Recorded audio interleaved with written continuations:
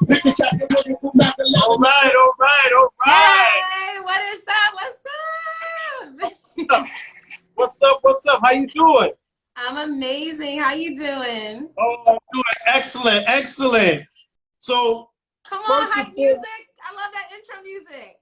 oh, you like that, right? We do that. We try to make it as hip hop as we possibly can. I love Um, it. I love I it. I love it. I definitely appreciate you for taking the time out to, just interview with us. Of I know course. we've been Thank trying. you for having me. Oh man, no problem. I mean, it's our pleasure. You know, we've been trying to do this. My booking liaison, Hustle Jones, been trying to make this happen for a long time. So we finally got it. You know, this one is for the team for sure. Come on, team. I love it. Definitely, I love it. And thank you for definitely. everybody who's jumping in right now. I appreciate you taking the time. Definitely. Before we get started, I definitely want to say to all of the people that are watching, we are definitely over here Ruthless fans. So I know you guys have seen a lot of people on this show. Salute to the Ruthless fans that are in the actual comments, the original Ruthless fans. Come We're on, Ruthless. come on. You know, so it's only right that we continue this journey to get as many of you guys on here as possible. So, you know, salute to that. And those of you who have been waiting for this day, today we have a triple threat from Queens, New York. She is not only a recording artist, writer, actor, dancer. I mean, she does everything, right? Thank you. And not only that, but you know, she's very, very, very talented, and she goes by the name of Nirine Brown. So I want y'all all to give her a round of applause as we give her a round of applause. Thank you, thank you. How you feeling, first and foremost? I appreciate it. I appreciate it. Just out here, just hustling. You know, got Uh, to get it in. of Many course, of course, of ways. course. Definitely, definitely. So we're gonna get started. In the beginning, let's take it all the way In back the to the beginning. beginning was the word, and the word was. What came first? Chicken or the egg, right? Nah, that's what's so. In the beginning, Yes. you began your journey actually by dancing, correct? Yes, I'm still a dancer. I'm still Still a dancing. dancer. Yes, Yes. yes, So, yes, yes.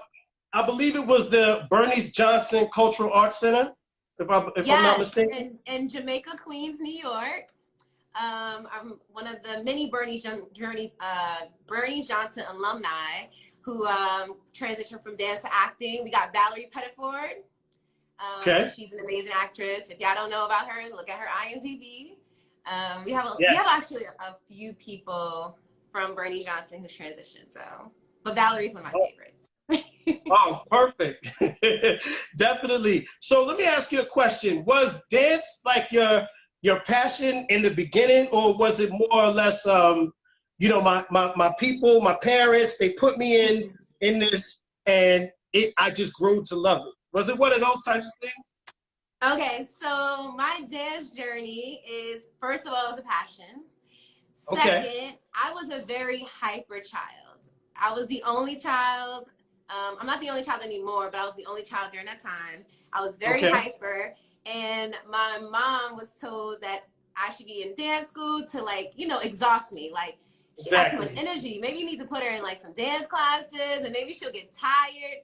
But it actually did the opposite. So, like, after I came home, I'm like, Mommy, let me show you what I did in ballet class or African class or jazz class or tap class. And it was like, this did not exhaust her. This was, this did not work according to plan. So it was a passion. And, you know, I'm grateful for my family who saw something in me. And even if it was just to exhaust me, it just still turned into something that I love doing. So.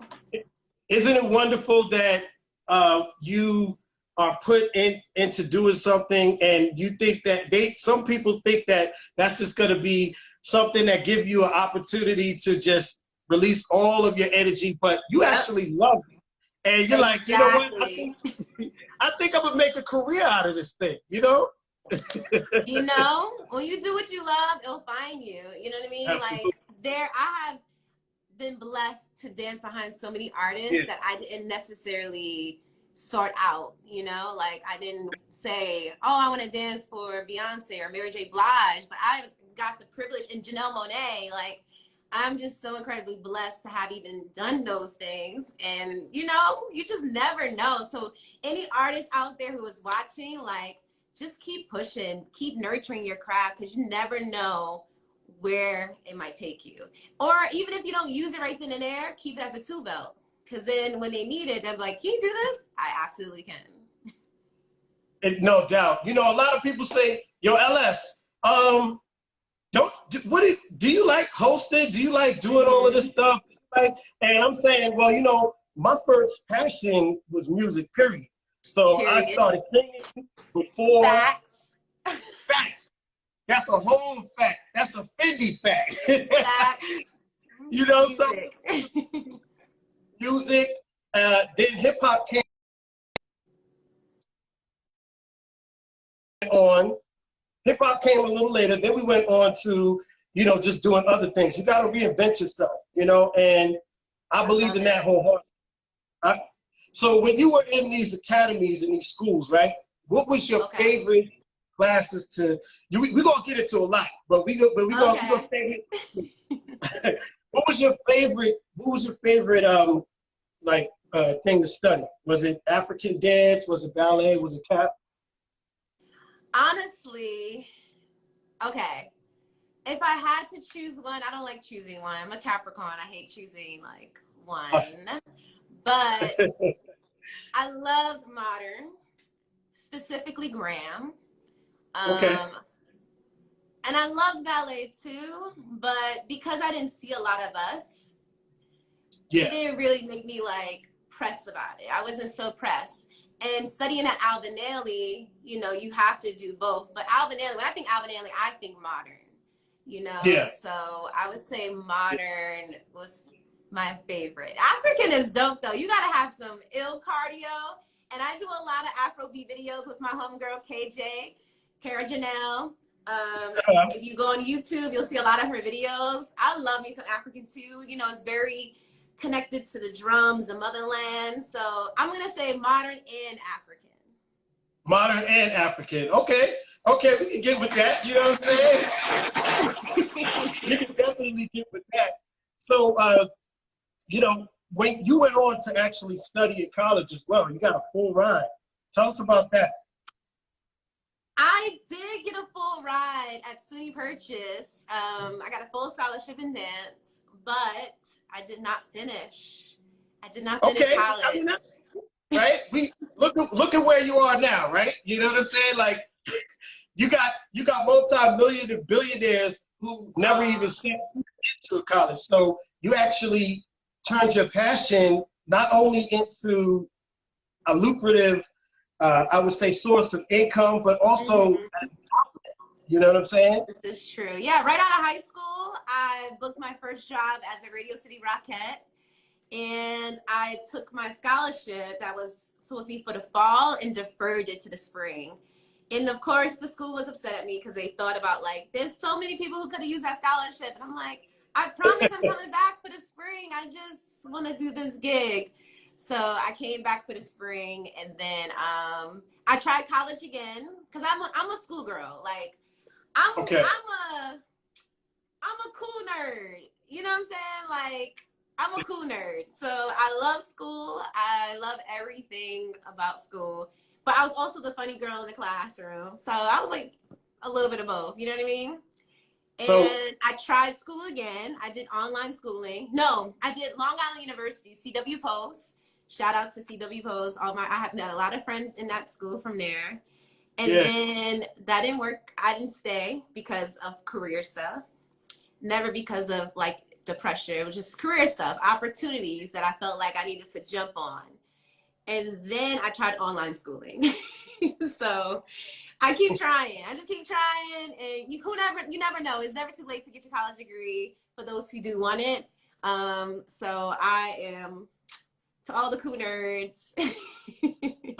To all the cool nerds, I mean, hey, listen. Listen, cool. We promote education over here. We promote Black excellence. Exactly. Absolutely. It's all day, every day. So let me ask you a question. Your first gig as a rockette, you know what I mean? I'm talking about this Radio City Music Christmas Spectacular. How was that? Like, you know, when you think of the Rockettes, all I can think of is those commercials where the girls are kicking their legs. You know what I'm saying? Absolutely. So seeing that and actually you becoming a part of that, like, what was that feeling like? Honestly, I didn't realize how big of a deal it was until after I did the gig. Okay. A lot of times we forget that the Radio City Music Hall, which started in 1933, originally didn't have any Black people in their line. At all. So, at all. It wasn't until 1988 that they had the first Black Rockette. So that's a long time. And it's not, so when I think of like our history, it's not really our history. So it was kind of a big deal to be a part of and breaking that mold. And like, shout out to all my other Black sister Rockettes, Kenna Morris and Danelle Morgan, who's still in it, to be a part of that and just be a part of this legacy of women. And it was so much fun. Like, Thanksgiving is my favorite holiday because I like to eat. But yes, but Christmas, I love the joy that Christmas gives to everyone across the world. I love that it just, people are more generous. People are more, just their hearts are open. So doing that Christmas show and seeing all the little kids, I was always thinking there's a little Black girl in the audience watching me. There's a little Black girl in the audience watching me. Right. So I loved it. I did it for 8 years. So if I didn't love it, I wouldn't have done it that long. Absolutely. So with that type of gig that you're doing, and did that kind of open up a lot of other doors for you, as you know, and with the likes of, you know, I would say dancing for people like Beyonce and, you know, working with Shakira and, you know, Janelle Monáe, like, did that open up the door? That's a separate avenue. Those are separate avenues. So you got like your Radio City Music Hall will be closer to like Broadway.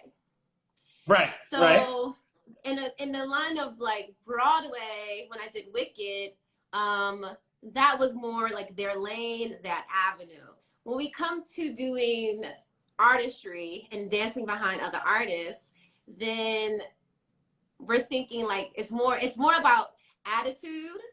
It's all about being sexy, and it's all about like, it's a vibe. It's a different vibe. So, because the artists want people who reflect them as well and their energy.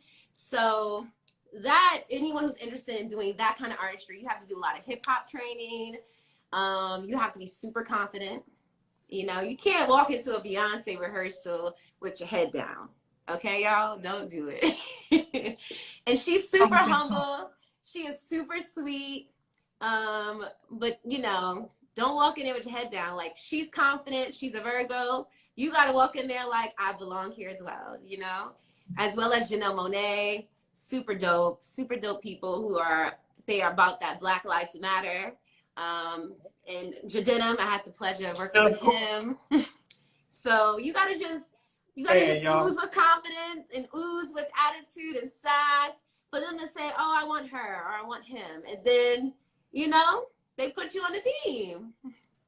That's what's up. Now, with doing those types of shows and those performances, right? Did your training, for those years of training, and studying, did that actually help you to gain that confidence, come in, like, because you had that in your mind already, like, this is what I do? Did that kind of give you the edge over a lot of people, in your opinion? I think you can train all day, but if you don't believe in yourself, it don't matter. You could train all day, like, it's a you thing. Like, you have to come with that. You have to, and even if you are confident and then you're rejected, it's just like, it's okay. You know what I mean? Like, you can't take these things personal in the industry. There's no room for feelings, y'all. You ain't got no, you know, call your mom and call your friends, but there's no room to, like, no. The training should make you feel secure about what you have. But if you don't believe it, it won't happen, you know? At the end of the day, if you don't believe it, you can't achieve it. That's what they say, right? So this is true. You can do all of that and it still won't matter. So you just said, I'm coming right in. I'm doing what I'm doing. You have to be ballsy. You have to be bold. You know what I mean? Like, these are just facts. Like, you can't. That's that Jamaica Queen. That's that Queens coming out. That's what that is. That's that Queens. You know what I'm saying? If I know anything, I know the Queens attitude. You know what I'm saying? We give a little bourgeois sometimes. You know, we give a little Long Island. I can give a.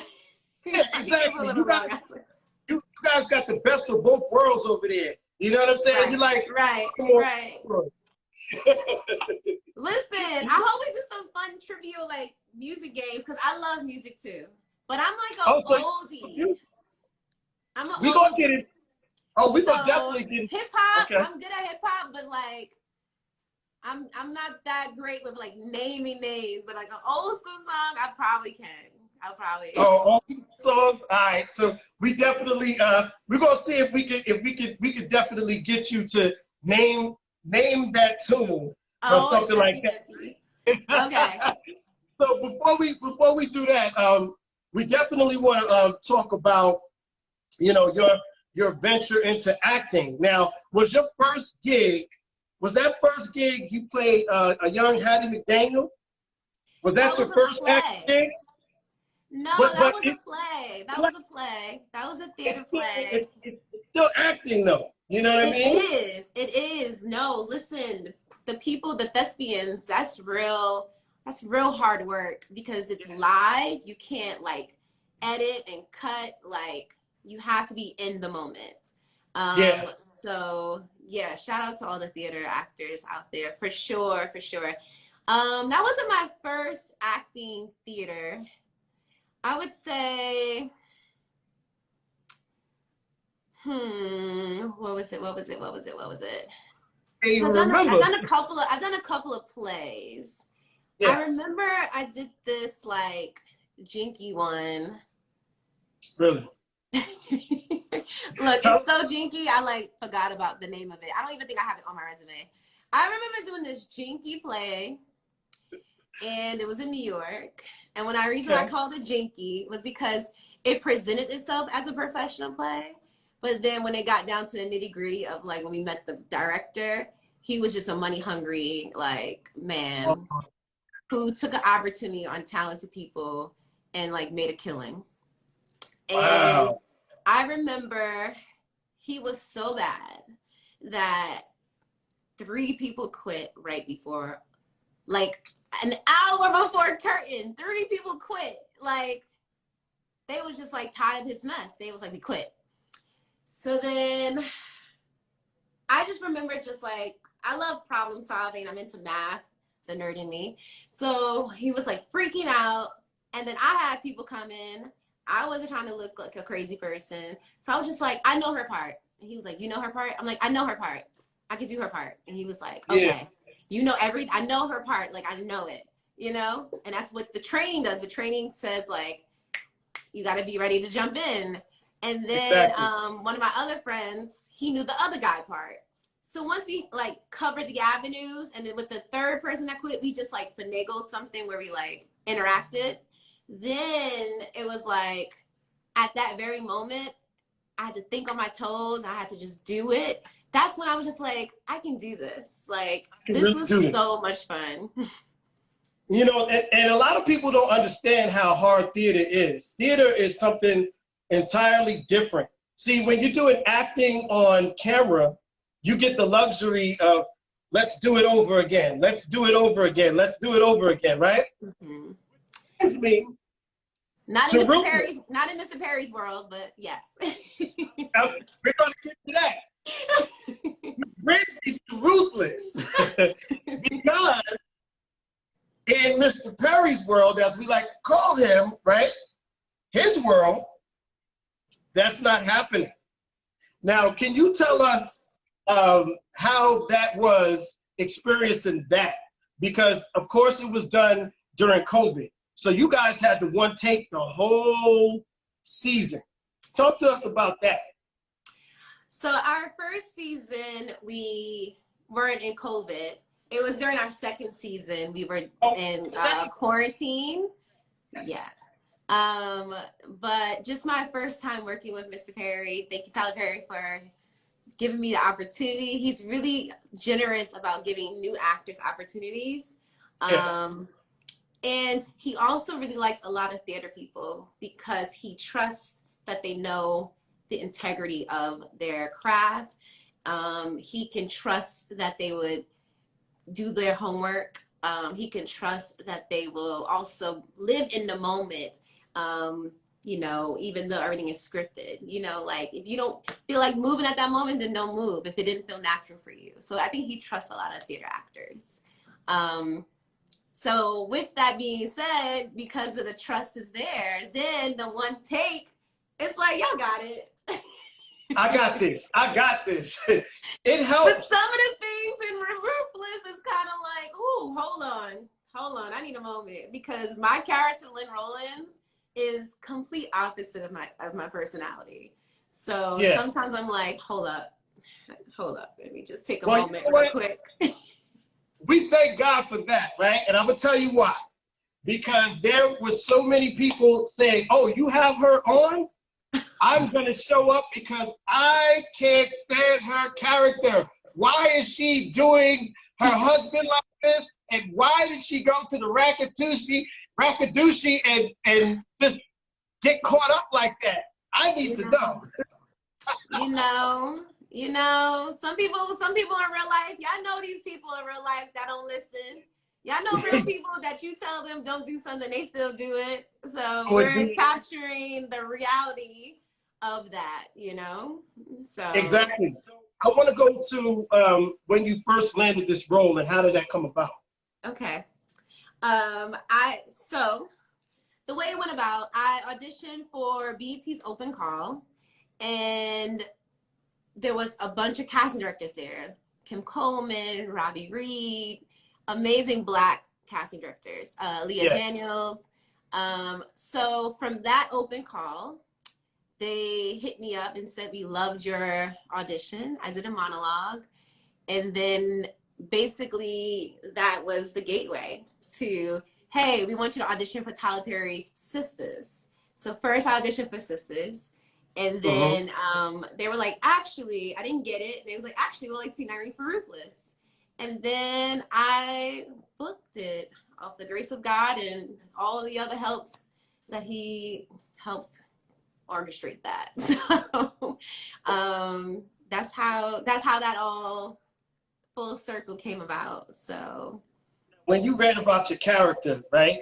When you looked at your character and you said, this is the girl I'm gonna play, what was your first thoughts?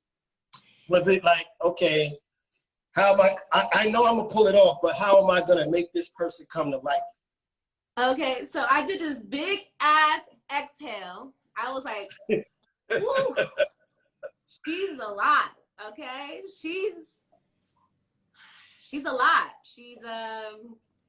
I said, okay, let's buckle up. Let's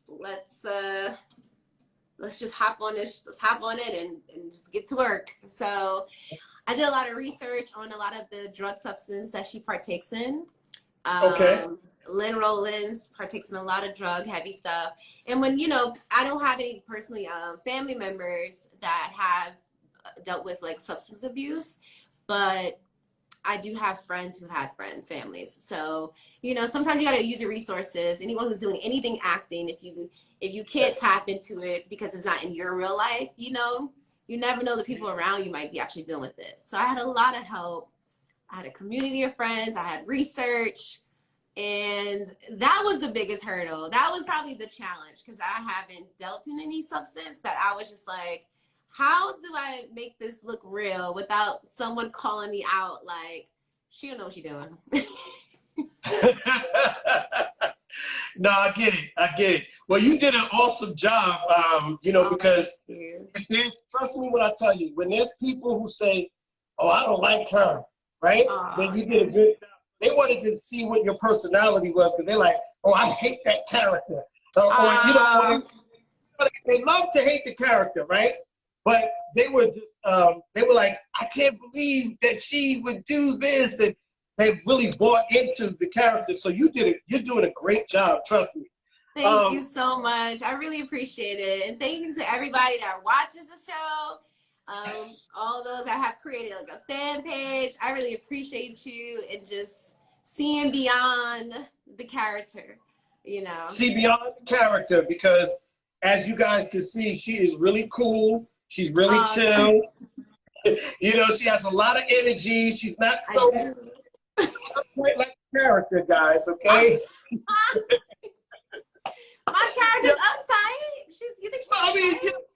She's just like, she's a handful. She's a handful. I'm like, God, you know, but I know that, you know, just watching it, I'm just like, oh, okay. And I love the whole show. So let me ask you this, right? So when you are in the first opening scene, well, not the opening scene, but your first scene was a sex scene. Yes, it was. So when you, right. You're welcome. So, you guys, you're all welcome. I love it. I love it. So when you actually, when you did that scene, right? Well, before you did the scene, what was your thoughts? Because a lot of people, it's 1,000 people behind the camera, of course. But what were your thoughts? How were you going to approach that to make it more realistic? I mean, nudity, the thing about nudity is just like, it is what it is, you know? You're being super vulnerable. You can't hide it, you know? Either you got it or you don't got it, right? So Exactly. my thoughts were I don't believe I was focused on the nudity. Once that was discussed prior to, you know, getting the job and understanding what was a part of my character and a part of my contract, so to say, you at that moment right then and there make that decision if that's something you're comfortable with. Yeah. And I felt comfortable enough to say Lynn Rollins is a wife, you know, so she not out there thugging it, you know. No smoke to those that get it in when they can fit it in. I'm not mad at you. Right, but right. As far as my character, I was like, she's a kept woman, and everything that's done in the bedroom is sacred. You know what I'm saying? Like, that's what the Bible says. That's what it is. So it was my sanctuary with me and my husband, and we're doing what husbands and wives do. You know, there's always a sex coordinator involved in anything that has anything to do with sexual activities on set to make sure that everyone's comfortable. So I was comfortable, my partner was comfortable, and there's a discussion that's always had, and that's it. You know, we make magic happen, and yeah, So it's not to overthink it, you know. I actually was very surprised at how open I was when I watched the first episode, because even after the sex scene stopped, for those who watch the show, when I got out of the bed, I didn't like close my robe right away on some like, oh, let me be shy. I kind of like stayed so into the scene that like I got up like, nigga, like, go exactly. The door. And then I like closed my robe. So it was kind of like I was so in it that I didn't think about what was happening. So thank you for everyone that gave me all those compliments. Even my family didn't trip about it. My family was just like, you look good, girl. You look good. And I was like, oh, thanks. Right. And that was my next question. So we got there. I was gonna say, well, how'd your family react to it? Because you know, there's a lot of people when they don't see you in a certain light, and then they see you, they're like, oh, it's like a shock to them. So they were just like, oh, you look good. They're just happy to see you on that screen doing your thing. They were very happy. I think the shock factor happened with my friends too, because I didn't necessarily you know, even though I'm honest about, I know what I'm working with that Jesus blessed me with, but I still don't on my gram like show off too much per se. Right.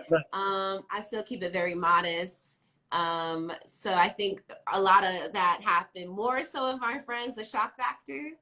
And you know, I'm here to keep it cute and classy. You gotta save some. You gotta save a little mystery. You know, just gonna... Exactly. If you want that you're welcome for the first episode, and then go watch the episode, and then you can live there for eternity. Right? It's on the internet. Y'all lucky I gave it to y'all. Like, no, that's what's up. So, how has it been with all of the your coworkers, right? mm-hmm. Are you guys more like a family now that you guys are in this? I don't want to call it a boot camp, right? But you call it a cult because it's a cult. So it's just the Ruthless cult. Everybody is in. Yeah, definitely. But you guys, how much of a bond have you, built with your coworkers? Oh my God! Like we are legit family. Like no BS, just straight East Coast. Letting you know, everybody is 100. No one. I guess because we all came in with the excitement of the project. There hasn't been any clashes with any personalities. You know, Melissa's amazing, who plays Ruth. Yvonne, who plays Callie. You know, my big sister. Bobby, who plays my cousin Cynthia. She's like legit my real cousin. Like it feels like it. You know what I mean? Like we just all are just family. You know, I love me some Lenny. I already know Daikon. Like love me my husband. I joke about that they had to get my husband from Canada because they couldn't find him in the US. And I was just like, ain't that some BS? But I'm happy that Jamie's my husband. I mean, you know, if he wasn't from Canada, he probably would have been from Great Britain. So like, yeah, exactly, right? That's where a lot of the actors are coming from anyway, right? You know what I'm saying? Yes, for sure. And again, thank you for everyone that's tuning in. I really appreciate you guys taking a moment out of your day to like jump in on this live. I know in a minute, so. Definitely. I really appreciate you taking the time. So I wanna also get into a couple of things about after COVID too. During COVID, excuse me. Okay. Season 2. Tell us about your experience and the short period of time that you guys had to finish that whole season. Tell us about that. I know a lot of us have heard, but I want to hear your perspective. Okay.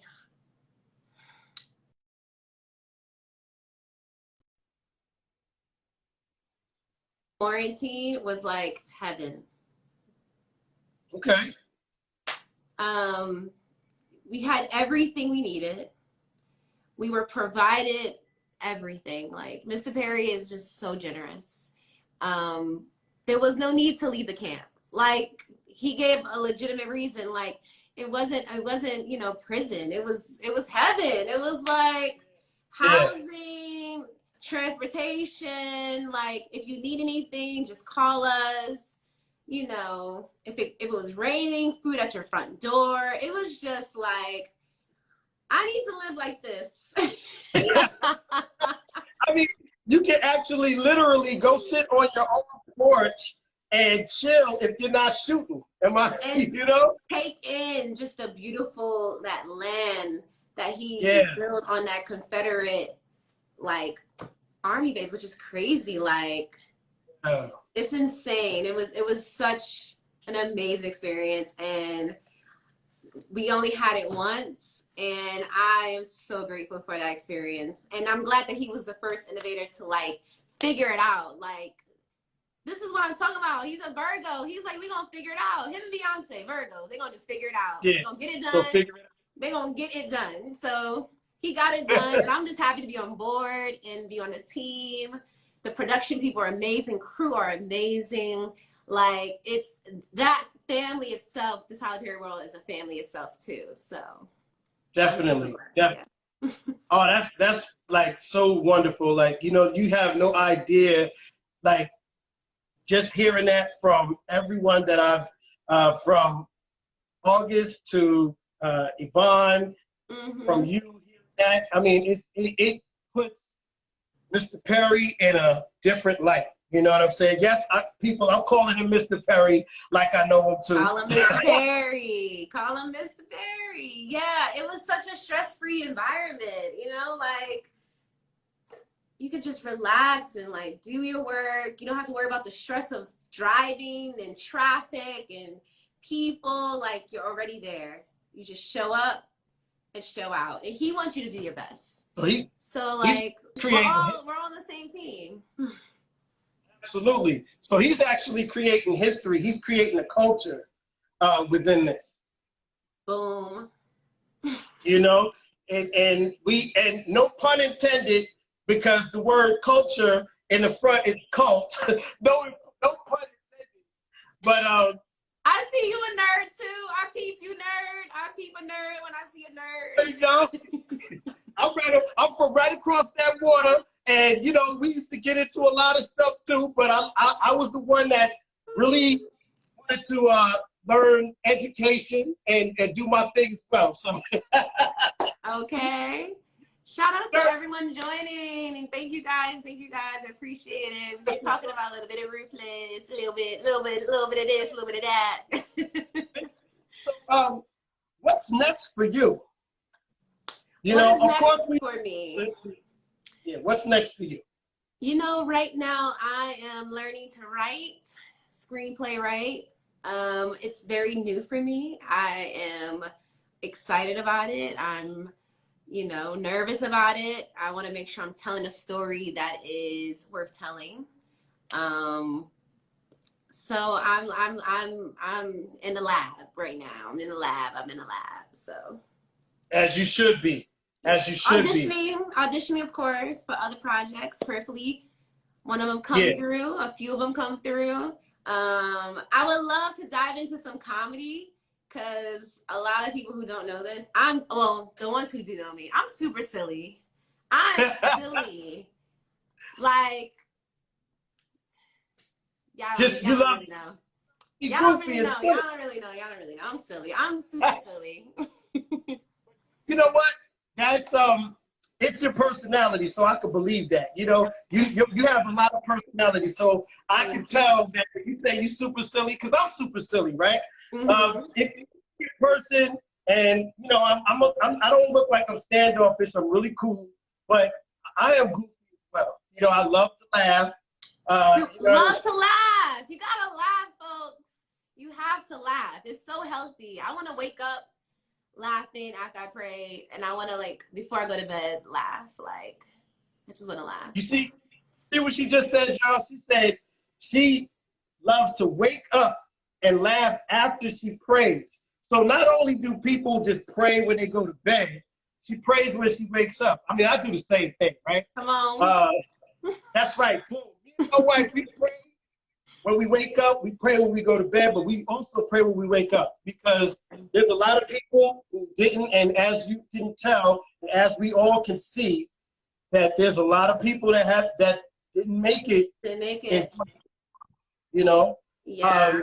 And my heart goes out to those people who lost families during this pandemic. So, you know, my heart. Absolutely. Really quick, I just want to get your take on something real serious, okay? And then we go. Let me put my serious face on. Okay. So. I didn't last long on my serious face, but okay. I tried to go with it, right? Let's go. So recently, there was this week in the news, a gentleman of Asian descent. Oh, shucks, I already know what you're talking about. Yes. And the one who shot the black kid? Shot the 6-year-old boy. Thank God he's okay. So let me ask you this, right? Absolutely. When you hear things like that, what's your reaction to yourself? Like, what do you think when you go through that? Like when you hear something like that? I mean, first of all, this shit gotta stop. It does. Let me choose better words. I'm sorry, Lord. I mean, not my carnal side sometimes want to come out. It was, first of all, I was here in my house when I saw that on my phone, and I definitely was very angry. I was furious. My reaction was, what the F? You know what I mean? Right. Like, cause all the other situations, they tried to mask the BS regarding, oh, I felt threatened. Oh, it looked like he had. Oh, I suspected it was this and that. But when you try to kill God's child, like there's just no, like, I just remember feeling like there's no reason that he can, like, come up with to say why he took the time to take the gun out, point it, aim, and shoot at a child. You understand what I'm saying? There's nothing you can say. And honestly, my carnal side was kind of like, this is ridiculous. If that was my child, I would have retaliated. I would have, like, I don't know what I would have done, but my spirit was like, I probably would have did something, right? Because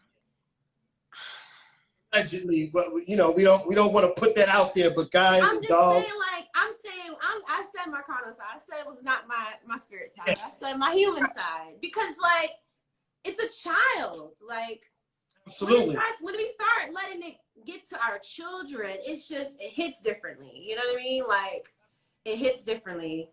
And thank God the child's okay.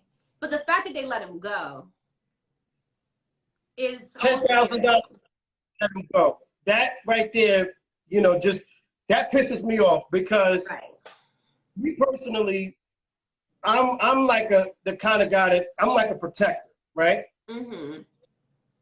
If I see children in danger, if I don't know them, I'm stepping to the situation. That's just me. When I looked at the news clip, the boy, what he said was, what really hurt me is I actually saw the incident as far as the gunshots and the kids, but the kids stating that he tried to hit him with a sledgehammer first. And said he couldn't get me because I was too fast. That's what I'm saying. Like, it was like intentional hate, Like, it was intentional attack, and you can't say that this child was threatening your life, because that's the excuse they come up with first, right? Oh, I felt threatened. Oh, I didn't know. What can this child possibly do to you? You know what I mean? Like, there's literally no. That's why, and it's such a triggering factor, because it also just brings it back to, like, damn near Emmett Till. What did this child do to make you feel that threatened to do such hindrance craziness? Like, it's so upsetting. I'm so happy that child is safe. I'm so happy that he's safe, but I know But I know one thing. I'm gonna continue to talk about this on the show. Mm-hmm. I'm gonna actually start doing my due diligence on my end, because the country should be outraged at this point. I mean, they did it for George Floyd. They did it for Breonna Taylor. They did it for just plenty of people, right? Yeah. And I'm not trying to take anything away from that. But when we talk about a child who hasn't lived his life yet, and the child doesn't even understand the magnitude of what happened to him. Of what happened to him and why it happened to him. There's a problem with America. So with that, man, it's crazy. So with that being said, I'm definitely gonna do my due diligence. A friend of mine. Let me know where I need to sign or what I need to do. I'm a part of it. And you know what? Yes. This time I'm gonna answer the other question. And this is what Lynn would do. I'll say it like that, so that people don't think it's me being evil. You know. I'll say what Lynn would do. If that was Lynn, because you know the storyline of Lynn is that she loved the kids. Okay, y'all. Y'all gotta pay attention to that first episode. She loved the kids. That's why her husband said, "You're not gonna tell me you don't care about these kids," because she has a soft spot for kids. And I mean, that's the parallel between me and Lynn. But if it was Lynn and she heard what happened to that beautiful child, she would probably walk to that man's house like she walked to the compound. She probably would have came, you know, prepared. Clacked on him. She would have clapped.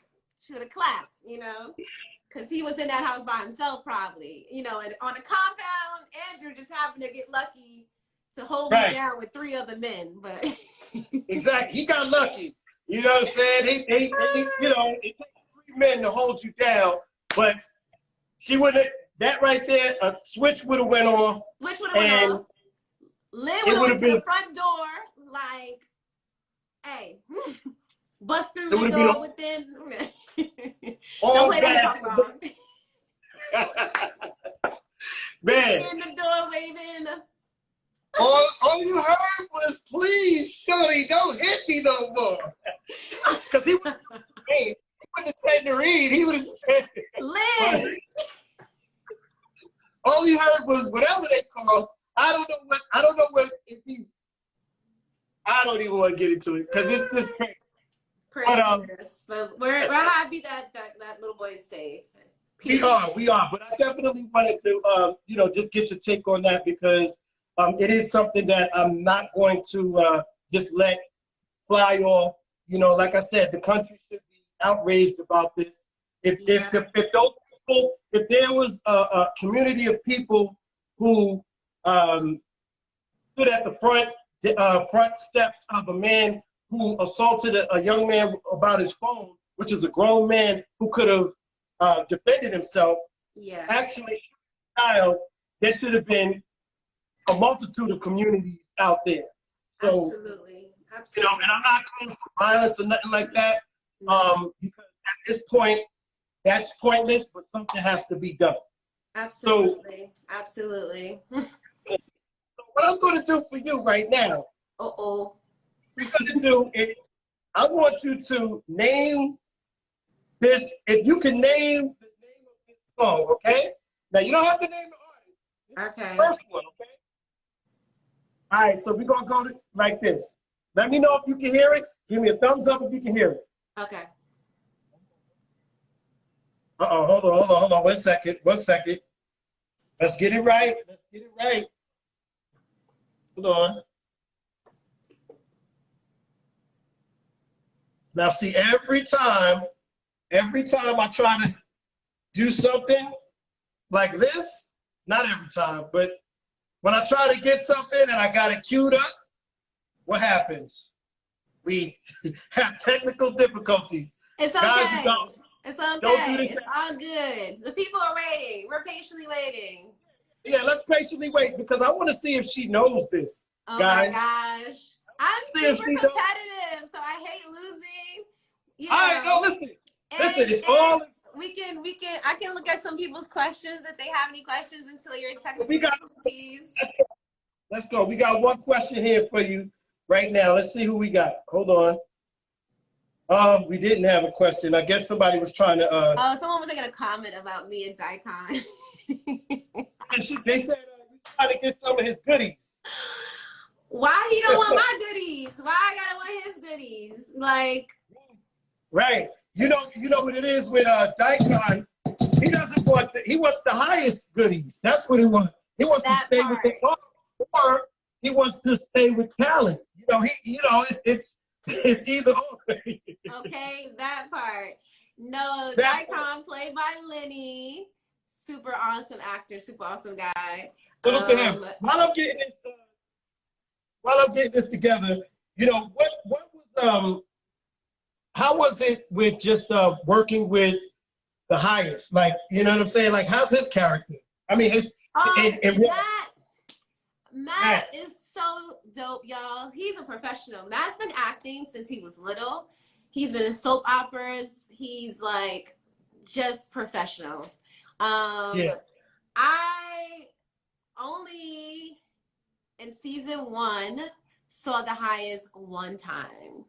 I'm not gonna tell you how many times I see him in season 2 until you guys watch it. But I think even that's a tease, you know? The fact that I saw him one time and now I'm itching for him. I'm fiending for him. I'm fiending to see him again, meet him again. So I can't wait for y'all to see the rest of season 2 to see if, you know, if Lynn gets to see the highest again. So get high on the highest. I'm the highest. Exactly. About the highest. Yo, she's spitting for y'all. So look, I'm terrible. We got another one. So tell the truth. Is Lynn working for the FBI? I plead the 5th. She pleads the 5th, guys. No, we can't divulge everything. You know what I'm saying? Sometimes you got to the imagination. You know what I'm saying? I plead the 5th. I'm not going to allow us to be great. I don't know why. It's not allowing us to be great. I don't know what took place. That's okay. That's all good. But hold on one second. I think I have one more. Let me just make sure everything is okay. I might have to, because you can hear me perfect. I'm loud as I don't know what. Crystal clear. I don't know what's going on. And I had it, everything. I had everything. Oh my goodness. Music, sometimes it just doesn't work. Music makes me lose control. And I lost control. You see, I lost control. I got another question for you. So this one is, what's your process when you become a character? Because you slay, sis. 100. Oh, thank you, thank you, thank you. All right, my process. Well, after you've already booked the job, because it's a process before you book the job, like when you're auditioning. Absolutely. I'm always looking like with the breakdown, what it says. It might say like businesswoman, sassy but protective. So based off like the character breakdown, I'll pick my outfit, and then I let, you know, I like become the essence of that, plus bringing my own personality a little bit into it. That's good. Yeah, you have to. You got to bring a little bit of you in it, because there's only one of you for those who are watching, right? So if you just do a robot version of what it is, it's like, that don't cut it. Like, who is this professional, sassy, protective woman? But how do you go about it? How would you handle it? How would you curse someone out? How would you read somebody professionally, kind of thing? So, but specifically when it came to Lynn Rollins on Ruthless, I'm telling y'all, that drug part was like, it gave me a world of homework. But how I tapped into Lynn was just being unapologetically like Black and beautiful. You know, unapologetically like, it is what it is, you know? Like, if you watch the first episode, I say everything is revealed in that first episode, y'all. I let my husband know, like, we rib to rib. Like, I'm not a woman that just follows you, and I'm not that woman. So, like, when it comes down to making decisions, when it comes down to, like, when you're married, I'm not married yet, but I'm saying when it comes down to making decisions, it needs to be a discussion. It's not, oh, we're just up and moving. Because obviously that stress has caused a lot of stress on the marriage in the show. That's why in that first episode, I'm letting him know, like, we have to up and move every time. Like, put some pants on, let your boss know, and make us a priority. So I was just like, I got to be unapologetic as AF, and then be sassy. I can be sassy, y'all. You know, so that is true. No doubt. Yeah, I had friends who watched the show and was like, Nirine, that was you. And I was like, really? That was So you put something like, that was you. That was you. And I was like, okay. So you put some of your own personality into the character to bring it to life. That's all. You have to, guys. You have to. You have to. It's the only way to do it. You know what I mean? So yeah, I guess I do have a mean side. Don't cross me. She's from Queens, y'all. From Understand? Jamaica, Queens. Okay. Yeah, if y'all already know from Jamaica, Queens, how it goes down over there. You know, most of my East Coast people know what it is. Okay. And just to answer that question, no, Instagram recognizes us as a real radio station. So when we play music that is copywritten, they give us a warning. They give us 2 hours before they give us a warning. So thank you very much. I do appreciate it. They never cut us on this page. Hey. Hey, you guys should follow us because we got a music show coming up next. Finesse Music Productions asked you a question. How did you find the strength to tell your husband you didn't want him in that scene? My husband, like my TV husband, because I'm not currently married. Oh, you just got married. Somebody said that they married you right now on on this live. That person is sweet for that person is sweet for saying that they are my husband. No, y'all, there's no ring on my finger as of yet. Right. That's all I'm gonna say about my private life is that I'm not married. There you go. So I think, I mean, with that scene, you know, I really just had to have a conversation with the sex scene. I just had to have a conversation with myself, with God, with my support Bible group friends, and then ultimately back to myself. So that was the order. You know, y'all, God, me, friends, because you got to counsel. A wise man or a wise woman has many counsels, the Bible says. So it was about just hearing, you know, people's input, and then ultimately making a decision for myself to have peace within myself. And there you go. That's what matters. So anyone in that world, you have to really just be at peace with what you're doing. And if you're not, then that's just tough. It's not right. I was going to ask you this question, but I didn't think that, I didn't really want to ask you this question because I think I know the answer to this one, but which do you enjoy more, dancing, singing, or acting? That's what they said. They're asking. I enjoy all three, and that's the magic and the beauty of theater, because you do all three. In theater, yes. So that's why I love musical theater, because you get to explore all three at the same time. Don't get it twisted, y'all. When you're dancing, you're telling a story just with your body, you know? You're just not using words. So you're still acting, you're still communicating. I'm a big person on communication. I know sometimes my texting game be slow. I apologize to everybody out there, but that's because I have all this energy. I like to interact, like, personally, you know, and over the phone. And then with acting, it takes a lot of energy within you to get to any level, whether it's about love or rage or even just listening. And that's a skill. That's a skill, y'all. Like, listening is a true skill.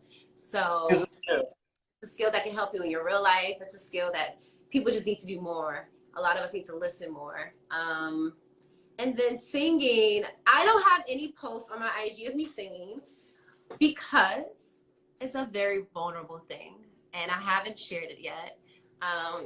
You got to catch me in a show. Got to pay for a ticket or preferably in a movie. I would love to do it in a movie or a play. But I don't post a lot of singing posts. I might share. I might be more open. Singing to me is just like, I mean, you can catch me at a karaoke. I love a good karaoke, but I'm just happy to fun. So, like, performance level wise, like, it's just, music is my soul as well. So yeah. I can't wait. I can't wait to hear you sing one of these days. So, you know, you're going to definitely be hearing from me with that. Oh, my friend, well, maybe. Hey, boo. Let me see, Pure. Oh, someone. Oh, what kind of role would I want to play? I never thought about it. What type of role? Superhero. Superhero. That's Superhero. right. Superhero or a evil twin, like a good girl and a bad girl, a twin, like Oh, something like multifaceted where you're like, that's the same person. No, that's the same person. She just changed her wig. Like, speaking of the same person, yes. I used to get you confused with Felicia Rashad and Amar Rashad's daughter. Has anybody ever told you that? No. And you got... Yes. So look, I said she's on Billions and she's on Ruthless. But if you watch Billions, if you haven't seen Billions, you should see. You guys look almost identical on camera. But in your personal life, when I see you on your Instagram, of course you guys look nothing alike. Yeah. But on screen, in these roles, you guys are like doppelgangers. I promise you. Okay, I'm gonna have to check this out. Where is it on? Is it on like... Billions is on, right now, I think Billions is on Amazon Prime. Okay. So what I'll do, this is what I'll do, right? I will send you a clip to your DM, okay? Definitely. And maybe you could probably give me a try and sing it. I'm a DM you because I was like, DM me. I saw the drop that you had, and I was like, oh, she didn't get LS to drop either. I was like, she got a booking liaison confused. I was like, but we're gonna run with it. We're gonna clip it. We're gonna do it the right way. But do it. Maybe you can sing it. I don't know. I'm just putting it out there. I don't know. You know? Let me see it. I'll be honest about it. If I be like not there yet or I'm there yet, like let me see it. Like, you know. You can just say, and we'll do it. You know, we'll just say it the right way. That is so fun. My homeboy Anthony Bless is in the building. He created our theme song for Ruthless. The amazing, talented Mr. Bless blessed us with that soundtrack, y'all. No question, man. And that, what a soundtrack. So salute to him, man. I definitely he's from New York as well. He's from there. Coast thing. It's the East Coast thing over here, y'all. Lenny's from New York as well. I'm just saying. No doubt. So I got 2 more questions and then we up out of here. Maybe even 3. Come on. So what? So you already told us like what's next. You know what I'm saying for you. Okay. Mm-hmm. When it's all said and done, how do you want to be remembered? You know, someone just asked me this question on a podcast, and I was saying that, you know, that's an amazing question. That's a really good question because at the end of the day, you know, spiritually, like none of this matters in the sense of like we're here today, gone tomorrow. So as long as I am sharing light and being light and encouraging and truly being a representation of God's love and care, and that's to me what ultimately matters. I pray that I get to do more planting on this earth that will live as a legacy, more importantly as a family generational legacy. I would love to dive into something that would do that and benefit, you know, future generations. So yeah, I mean, at the end of the day, I pray that people saw the light in me, the love in me, and would just speak all well. And, you know, you can't win them all. So for those who don't, it's all good. All is forgiven. All is love. All is well. That's right. That's right. So if you're on a stranded on an island for 2 years by yourself. You said 3 years? 2 years. 2 years. Give me 3 albums that you cannot live without, and one of them has to be a hip hop album. What? Yeah, 3 Why years. would you do that to me? Are you okay? Wait. I got a silly question. All right. This might show my age, but remember back in the day when they used to show like those soundtracks that had multiple songs on it? Yes. Can I pick one of those, or you want me to like pick an album, like an album? Okay. I'm just asking. Because sometimes those were very good, like talking about the commercial when they would play all the songs and the music. Yeah, all of them. The whole scroll. The whole okay, scroll. So can I have one of those or no? I gotta pick an album.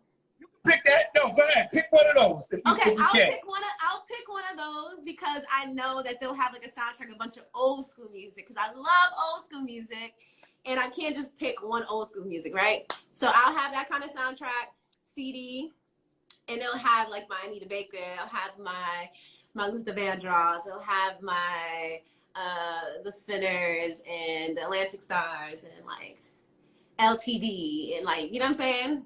For those who don't know who those people are, I don't know what to tell you. Stephanie Mills, like, so I'll have the Temptations. I'll have that old school CD that has multiple old school artists. I'll have Lauryn Hill, Miss Education. And not because I toured with her. I love her. Not because you toured with her now. You understand? It was, yeah. But because I love that album. And, and one hip hop. Dang, why would I do that to myself knowing that there's like Biggie, there's Tupac, there's DMX. Yeah, you only got it. There's the late DMX, there's... Look, you can pick a compilation now. You can pick a compilation too. I'm gonna give you that for free. I might have to pick Kanye West. Just which one? The East Coast, West Coast, Tupac, Biggie. You know what I'm saying? Because I love them both. I'm gonna pick. Can Kanye count as my hip hop?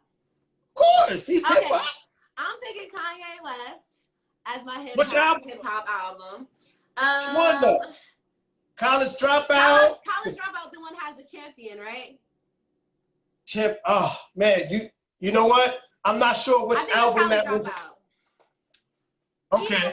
Anyway, maybe J. Cole. I love me some J. Cole. I like Drake too. No, I'm gonna stick to Kanye. Kanye gonna keep me like. Okay. It's only for 2 years. I'm gonna keep Kanye. Cause he'll keep me like. Do you realize that you are a champion in their eyes? Hey, yes, I did. So I brought it back to the crib. Yeah. No, they said that's graduation. I'll keep Kanye. I'll do my Lauryn Hill. She'll be like the heart and the soul, and then my old school music. Copy. That's what's up. So we weren't able, I gave you those questions because I wasn't able to bring you these old school joints that I love so much, and I wanted to like see if you can name them. So one of these days, do it again where we do a trivia box and we give some prizes out to some people. Maybe we could do that. Okay. Thank you, Carnegie Kid from New York, Sharif. He said that's on the album Graduation. Oh, that's the graduation. Perfect, because this is graduation month. So I'm taking Kanye Graduation album with me, not College Dropout. No question. Well, we definitely appreciate you. I'm going to give you back the rest of your evening. I definitely thank you for just hanging out with me. Thank you for having me. Yes, of course. Giving us a glimpse into your life and just your work, your wonderful work, and your wonderful personality. Now you just made me a bigger fan because you know what I'm saying. So we definitely whatever you do. Anytime you want us to help you promote something, just DM This is Hip Hop Radio and send us anything. You have the email, so just send us and we'll help you promote it. And I'll definitely talk about it. Sure. Thank you, and that I extend the same to you. Let me know if there's any way I can help and be a part. Sometimes my technology savvy is a little terrible, but like I said, I know you'll walk me through it in light and love. So for sure, let me know if there's anything I can do to spread the joy that you're giving with your music and just hosting. So I wish you many blessings. Thank you. And thank you for being to the whole team. Hey, look, the team loves you. Thank you for being a part of This is Hip Hop Radio. You are definitely the third guest that we've had from Ruthless. So we're going to try to keep this train going. And, you know, we're going to do what we do like we're doing it for the silver screen. You understand what I'm saying? Facts. So, I thank you very much for your time and your patience. You have a wonderful evening. And we'll see you next time. And thank you for everyone that joined in. We appreciate you for taking the time. All is love, all is well. And we got and once we get this COVID thing, then maybe next year we might be able to just, you know, bring you out and have you in studio. So, you know, so we don't have to do the IG stuff. I love it. Love it. Love it. Love it. Definitely. Well, I appreciate you. Have a wonderful evening and a better weekend. All right, y'all. Peace out. One love. Later, y'all.